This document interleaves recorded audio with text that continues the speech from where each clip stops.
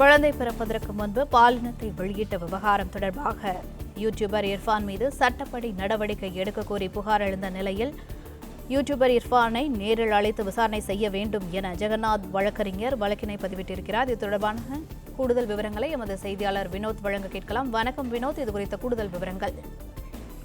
பிரபல யூடியூபர் இர்ஃபான் கருவில் இருந்தபோது தன்னுடைய மகளின் பாலினத்தை வீடியோவாக வெளியிட்ட சம்பவம் இந்தியாவில் மட்டுமல்லாமல் பல்வேறு மாநிலங்களிலும் இது பெரும் சர்ச்சையை ஏற்படுத்தியது.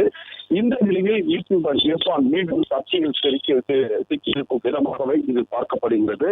கடந்த 2024 ஜூலை மாதம் துபாய்க்கு சென்ற இர்ஃபான் தனது மனைவியுடன் அங்கு கருவுற்ற தனது மனைவி இருக்கும் போது அதற்கு முன்னதாகவே குழந்தை பிறப்பதற்கு முன்னதாகவே தனது குழந்தை பெண் குழந்தை என்பதை கண்டறிந்து அதனை ஒரு வீடியோவாக எடுத்து வெளியிட்ட சர்ச்சை தமிழகத்தில் பெரும் பரபரப்பையும் இர்ஃபானுக்கு பெரிய சர்ச்சையும் ஏற்படுத்தியிருந்த நிலையில் இது தொடர்பாக மருத்துவம் மற்றும் ஊரக நலப்பணிகள் இயக்ககம் இது தொடர்பாக கடந்த ஓராண்டுக்கு முன்னதாக இர்ஃபானை சென்னையில் வரவழைத்து சென்னை தேனாம்பேட்டையில் இருக்கக்கூடிய மருத்துவம் மற்றும் ஊரக நலப்பணிகள் இயக்ககத்தின் நிபுணர்கள் மூலமாக விசாரணை நடத்தப்பட்டது. அப்போது செய்த தவறு என்றும் பகிரங்கமாக மன்னிப்பு கடிதம் எழுதி கொடுத்ததை அறிவித்து மருத்துவம் மற்றும் ஊரக நலப்பணிகள் இயக்ககத்தின் அதிகாரிகள் அவருக்கு மன்னிப்பு வழங்கி இதை சமரசம் செய்து வைக்கப்பட்டதாக